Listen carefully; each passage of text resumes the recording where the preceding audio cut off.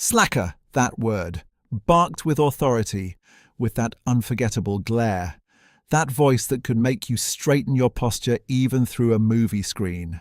For millions of us, that's how we'll always remember James Tolkan, as the principal who didn't take excuses, the commander who demanded excellence, the tough guy with the cigar and the scowl. But here's what you need to know, what his co-stars want you to know, what every single person who met him at a convention or on a set will tell you. That tough guy, that hard-ass character actor who scared the hell out of Marty McFly and Maverick. He was one of the kindest, gentlest, most beautiful souls Hollywood ever had the privilege of knowing. James Tolkan passed away peacefully on March 26, 2026, in his home in Saranac Lake, New York. He was 94 years old, and today we're not mourning. We're celebrating, because this man, this incredible artist, lived a life that matters, a life that touched millions, a life that proves you could be tough on screen and tender in real life. You can play the villain and still be the hero. This is the story of James Tolkan. Not the characters, the man. Picture this. New York City, sometime in the early 1950s. A young man steps off a bus with exactly $75 in his pocket. That's it. No connections, no guarantee, no backup plan. Just $75 and a dream that most people would call foolish.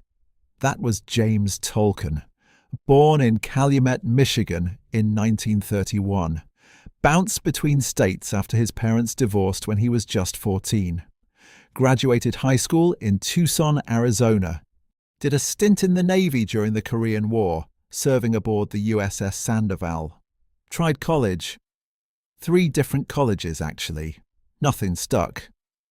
So he got on that bus, found a cold water flat in Manhattan where the rent equaled his entire VA check.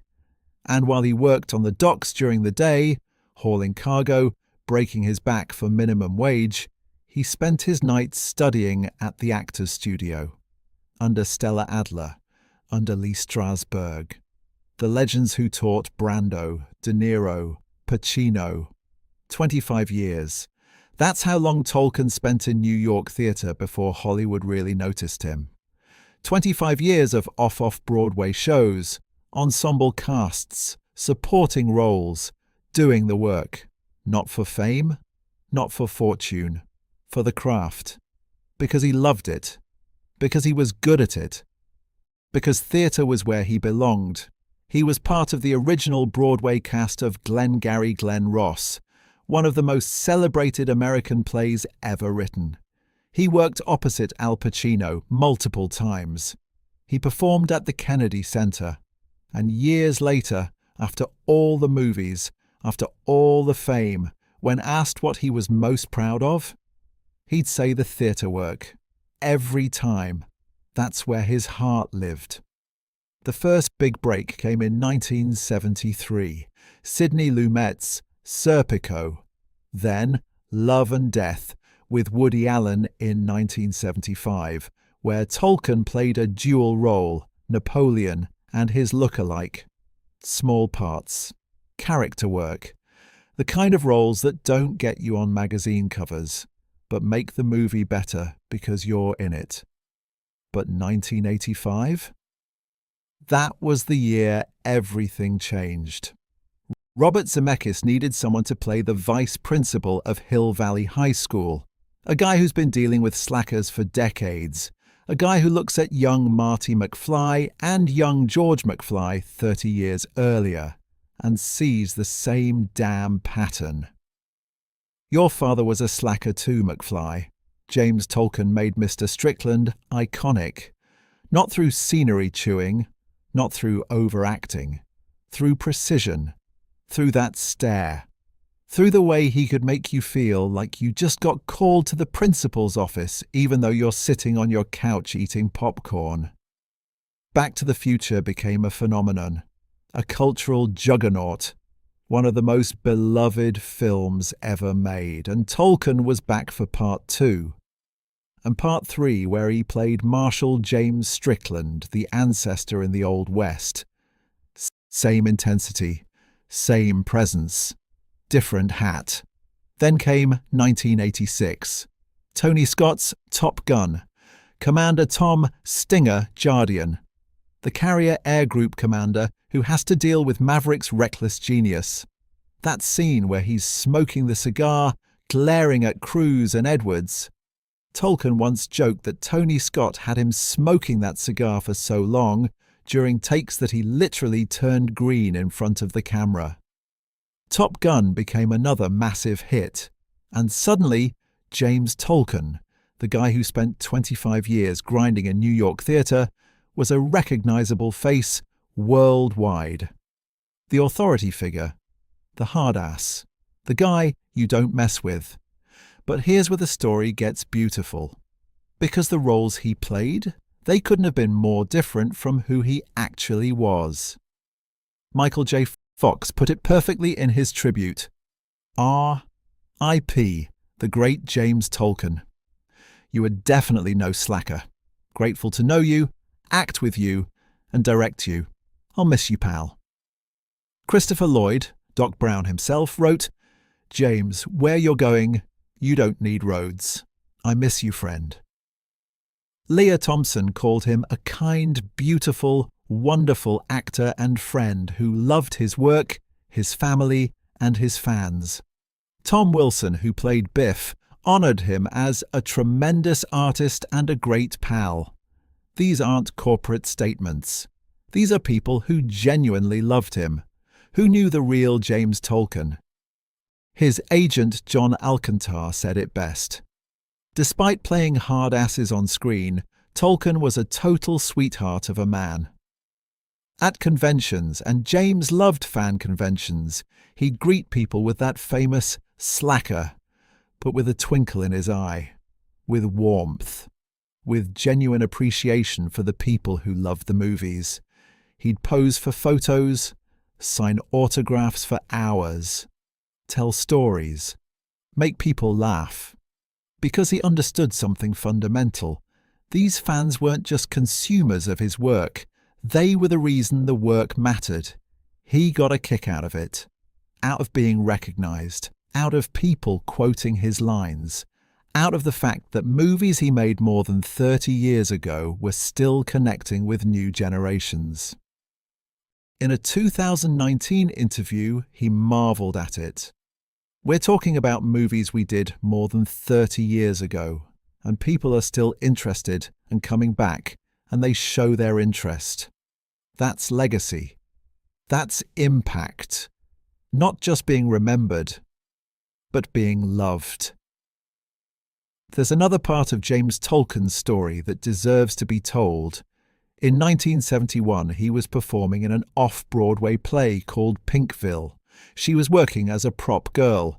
Her name was Parmalee. They met. They married that same year in Lake Placid. And 54 years later, when James Tolkan passed away peacefully in his home, Parmalee was there 54 years.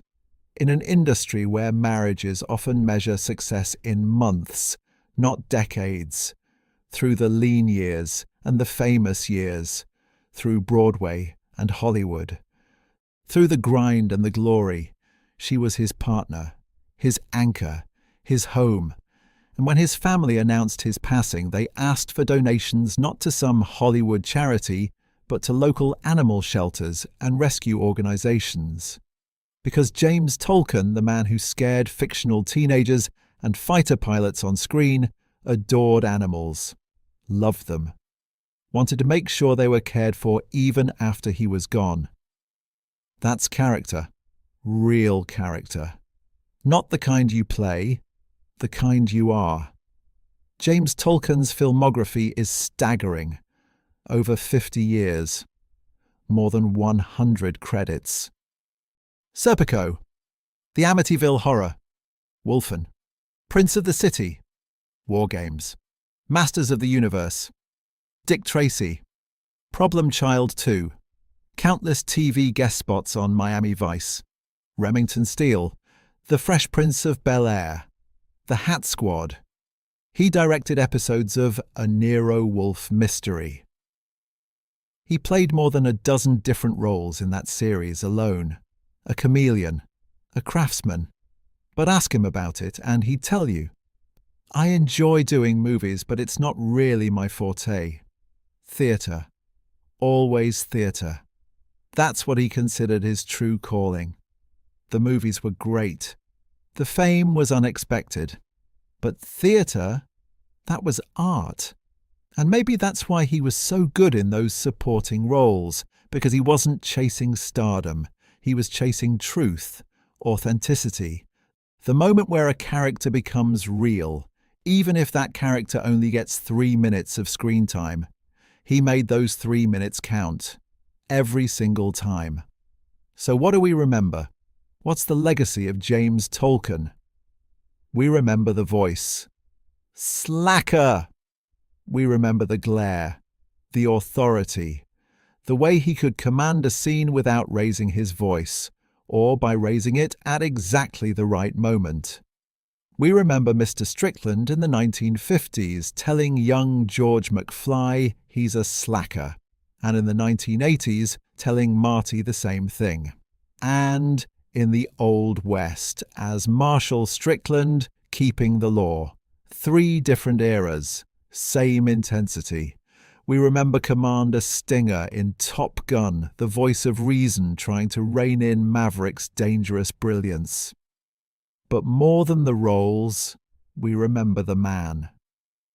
The humble guy who rode a bus to New York with $75, who worked the docks and studied at night, who spent 25 years in theatre before Hollywood noticed, who loved his wife for 54 years, who adored animals, who treated fans like friends.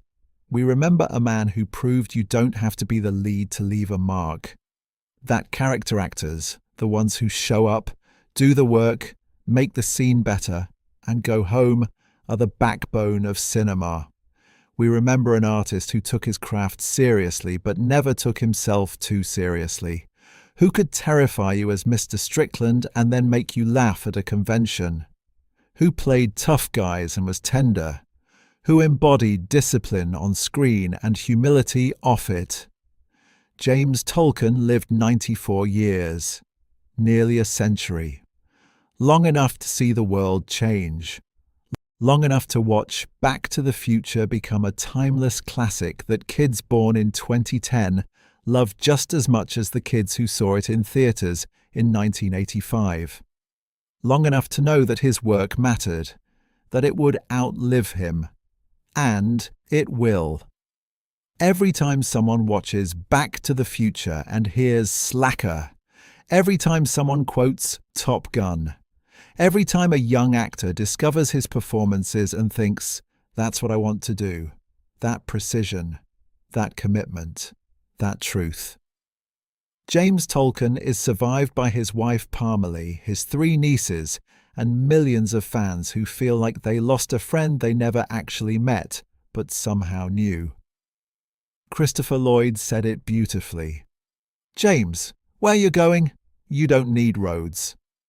No, James, you don't. But the roads you travelled, from Michigan to Tucson to New York to Hollywood, they're etched in cinema history now. They're part of our collective memory. They're immortal. Thank you for the scowls and the cigars and the authority. Thank you for Mr. Strickland and Commander Stinger and every character in between. Thank you for showing us that you can be tough and kind, famous and humble, a working actor and a legend. Thank you for being no slacker, not in your art, not in your life, not in the way you loved, not in the legacy you've left behind. Rest in peace, James Tolkan, the great James Tolkan. You were definitely no slacker, and we'll miss you, pal.